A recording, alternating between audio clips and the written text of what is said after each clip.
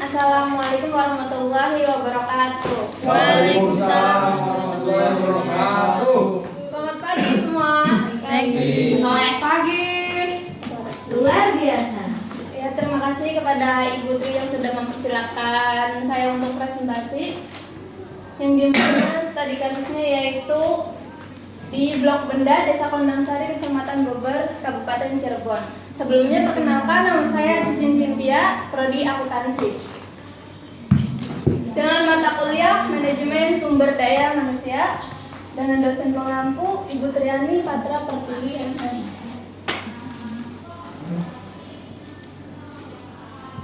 Oke, yang akan dibahas di sini yaitu latar belakang, permasalahan, solusi, dan kesimpulan.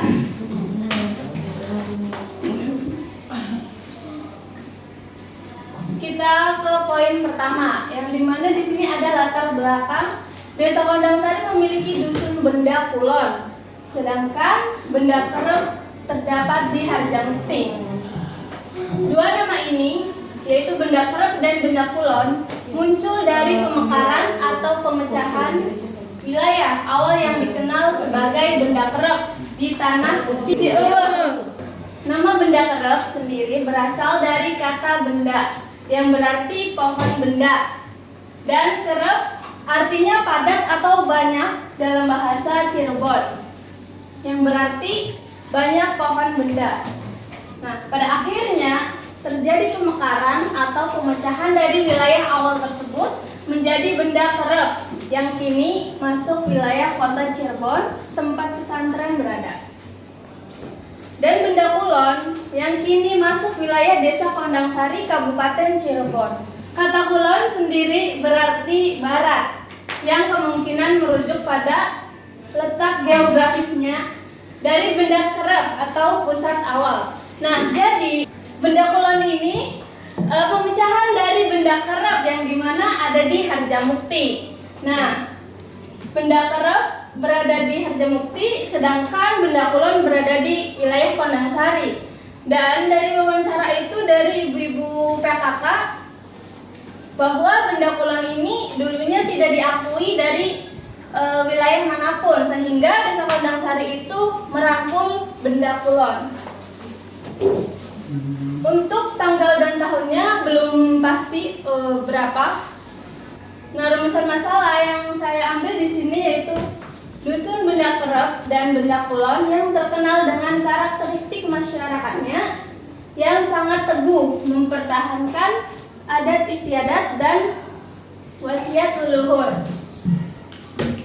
Mereka secara tradisi menolak budaya asing yang dianggap merusak nilai-nilai agama. Contohnya penolakan terhadap TV, radio, serta sempat menolak pendidikan formal. Nah, di Benda Kerep juga, Benda Kerep dan Benda Kulon itu menolak pendidikan formal seperti sekolah SD. Mereka itu di sana hampir semuanya tidak sekolah dan menolak pendidikan itu. Mereka sangat tertutup ketika ada orang asing yang masuk. Dan saya pun mengalami bersama ibu-ibu posyandu yang dimana setiap bulan itu ke Benda Kulon dan Cicambai. Nah, di situ masyarakatnya itu ketika ada kami datang itu, mereka pada masuk ke rumah dan tidak mau memperlihatkan diri mereka gitu. Seperti tidak mau bertemu dengan orang asing dari wilayah tersebut. Nah, solusi dari desa yaitu yang pertama merangkul dusun benda dengan keunikannya. Yang kedua memfasilitasi jalan untuk dusun benda. Yang ketiga fasilitas kesehatan setiap bulan seperti posyandu. Yang keempat kunjungan perangkat desa. Contohnya seperti maulid. Di kunjungan perangkat desa ini contohnya seperti maulid dan seperti yang saya alami di KKN itu, pas itu terdapat banyak sekali acara maulidan ya di Benda itu, dan banyak juga orang-orang yang dari Desa Kondangsari itu ke dusun Benda karena di situ memang sangat erat sekali untuk di religinya, tetapi menolak dengan adanya perkembangan zaman gitu. Oke, untuk kesimpulan sendiri yaitu Benda Kerep ini merupakan kampung di kota Cirebon, Kelurahan Arga Sunya Harjamukti, dan terkenal sebagai lokasi pesantren Benda Kerep. Masyarakatnya serta masyarakatnya yang teguh memegang tradisi leluhur seperti penolakan terhadap TV dan radio. Sementara Benda Kulon adalah dusun di Kabupaten Cirebon, Desa Kondangsari dengan nama Kulon yang merujuk pada letak barat dari pusat Benda Kerep awal. Ya, mungkin sekian presentasi dari saya. Apakah ada yang ingin ditanyakan? Nanti di revisinya tuh dikasih ini ya judulnya. Jadi Mbak itu kan lebih ke apa tadi? Perilaku masyarakat desa dusun Bendanya, Bu. Perilaku masyarakatnya, ya, terhadap menanggapi budaya asing atau orang luar. Oke. Jadi permasalahannya mereka masih tetap menolak ya. Ya. Sama seperti kayak suku Baduy ya. Hampir mirip sih, Bu. Iya, suku Baduy dalam dan Baduy luar kan berbeda. Iya. Kalau Baduy dalam itu lebih kental dan mereka itu tidak ada yang namanya maksudnya menolak untuk yang adanya elektronik dan lain sebagainya ya. Ada yang mau ditanyain nggak? Oke, izin bertanya Bu. Teh di Ya, enggak. pertanyaan saya dengan epistemologi desa apa tadi Benda Benda Kulon. Kulon dan Wetan ini yang sangat bukan sangat ya, katakanlah menolak terhadap kemajuan dan sempat menolak terhadap pendidikan formal. Nah, maka pertanyaan saya, menurut saya sebelum ke pertanyaannya, menurut saya dengan mereka berpikiran seperti itu tidak ada salahnya. Karena apa? Karena Indonesia sendiri itu kan membebaskan warga negaranya untuk memiliki haknya masing-masing. Tetapi jangan sampai melupakan kewajibannya terhadap negara sebagai warga kan gitu. Nah, pertanyaan saya, bagaimana warga masyarakat di situ responnya terhadap regulasi pemerintah di desa itu? Apakah mereka mengikuti atau tidak? Oke. Terima kasih atas pertanyaannya. Saya akan menjawab setahu saya dari wawancara yang sebelumnya, yang dimana masyarakat dusun Benda Kulon itu awalnya menolak dengan adanya orang asing atau kedatangan orang luar gitu. Nah, tetapi dari desa atau perangkat desa tersebut terus merangkul dusun Kulon itu, yang dimana mereka itu membangun jalan fasilitas untuk desa Benda itu sehingga akses ke Benda itu menjadi mudah. Nah, yang kedua, masyarakat desa Kulon ini mereka mulai terbuka karena perangkat desa selalu mengunjungi, yang dimana seperti posyandu itu. Nah, setiap bulan mereka ke situ sehingga mereka terbuka dan mau menerima perangkat desa kunjungan di situ. Jadi pertanyaannya, bagaimana respon dia terhadap regulasi peraturan yang ada di desa itu, negara ya? Misalkan warga desa apa tadi? Benda ini harus mengikuti kegiatan ini dan harus melaksanakan ini, beres misalkan gitu. Terus upacara bendera misalkan. Bagaimana tuh responnya? Apakah masing-masing gitu lo gue sama pemerintah desa? Karena yang tadi Teh Cicin ceritakan itu pemerintah desanya yang datang.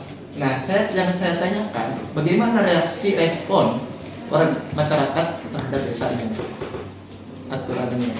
Iya, yang sudah saya sebutkan tadi, misalnya masyarakat desa ini menolak aturan dari perangkat desanya, gitu. Sehingga ketika ada kegiatan di desa Kondang Sari, dusun benda ini tidak mengikuti kegiatan tersebut, gitu. Tertutup, jadi tidak mau mengikuti kegiatan itu. Nah, tetapi ketika perangkat desa datang ke dusun tersebut, mereka mulai terbuka gitu, mulai mau. Tetapi untuk mengikuti kegiatan ataupun hal lainnya mereka belum mau. Seperti itu. Oke, Mbak Cicin. Iya, Bu. Saya melihat dan menelaah dari apa yang sudah Mbak Cicin paparkan ya mengenai kondisi di sana ya, yang dimana menolak untuk istilahnya tuh maju lah gitu. Tapi seiring berjalannya waktu, pastikan namanya anak-anak itu ya seperti halnya dengan zaman-zaman Gen Z ya, anak-anak zaman Gen Z dan sekarang alpha dan apa beta entahlah ya. Itu kan semakin mereka itu kan ingin tahunya itu luas seperti itu. Nah, solusinya kan seperti tadi yang sudah dipaparkan. Itu kan sudah dijalankan apa belum? Ya. Solusinya. Saya ada beberapa loh pertanyaan. Ya. Izin menjawab ya, Ibu. Untuk solusi yang saya tuliskan itu sudah dijalani oleh perangkat desa. Kemudian hasilnya? Kemudian hasilnya masyarakat di dusun benda itu sudah mau menerima perangkat desa yang datang ke dalam situ. Sudah mau menerima. Ya. Oke. Nah, untuk dalam hal konteks menerima itu dalam hal apa aja? Izin menjawab, Bu. Iya. Dalam konteks menerima itu yang pertama yang Cicin tahu itu seperti posyandu, Bu. Yang Ya. dulunya masyarakat di benda ini tidak mau ada kedatangan orang luar seperti pengecekan kesehatan ataupun apa. Balita kan perlu, Bu, seperti vitamin dan Ya. kayak apa namanya, suntik apa? Ya. Ya, itu kan mereka tidak mau, Bu, awalnya. Tetapi setiap bulan perangkat desa itu ke situ dan mengajak terus gitu. Akhirnya mereka tuh mau gitu, Bu. Mereka tuh mau dikasih vitamin gitu untuk anak-anaknya, seperti itu. Mau. Ya. Apakah hanya itu saja yang diperbolehkan untuk masuk dan diterima ataukah ada hal lain? Ada juga, Bu, setahu Cicin tuh di ini religinya seperti yang tadi Maulid gitu. Di benda ini kan sangat pekat sekali gitu agamanya, sehingga mereka tuh mengadakan acara Maulid gitu. Nah, dari Desa Kondang Sari sendiri itu pada ke situ, ke dusun benda gitu. Jadi mereka tuh kayak ya menerima gitu, mereka yang datang untuk Maulidan gitu. Oh gitu. Terus kemudian selain hal itu, untuk dari hal yang kayak teknologi, apakah mereka itu juga mau ada perubahan atau bagaimana? Untuk teknologinya sendiri, Cicin belum tahu pasti, Bu, untuk ke sininya gitu, karena belum mendalam gitu untuk wawancaranya. Tetapi untuk sekolah ataupun pendidikan formal, mereka udah mau mulai sekolah, Bu, untuk anak-anaknya. Mereka mau menyekolahkan anak mereka gitu, karena kan di dusun benda kan tidak ada sekolah, Bu. Jadi dari situ naik ke Desa Kondang Sari. Desa benda ini jauh banget, Bu, jauh dari Kondang Sari gitu. Oh iya. Kosong. Masuk ke hutan-hutan dan jalannya pun nggak enak gitu. Masuk ke hutan jalannya nggak enak. Iya. Naik gunung turun. Iya, seperti itu, Bu. Ya kalau mau bisa ditampilkan mapsnya kalau mau lihat. Oh ya, Berarti apa namanya, mereka itu ya sudah mau menerima perubahan lah ya. Iya. Gitu. Jadi kalau untuk hal kayak gitu, nah berarti untuk penerimaan mereka itu jaraknya berapa lama ya? Sudah berapa tahun ke sini? Kalau untuk jaraknya sendiri Bu, saya belum tahu pasti untuk berapanya, dikarenakan belum mendalam Bu wawancaranya. Oke. Berapa populasinya di sana kurang lebih? Berapa masyarakatnya ada berapa? Di Benda. Lumayan banyak sih Bu sebenarnya. Berapa Untuk berapa kepala keluarga? jiwanya? Kurang tahu Bu. Untuk berapa jiwanya? Tapi di dusun Benda itu sangat luas sih Bu. Untuk masyarakatnya gitu. Iya. Terus coba bawah-bawahnya jalan untuk dusun Benda, ya kan? Nah jalannya itu emang tadinya masih hutan-hutan dan tidak ada jalan atau gimana?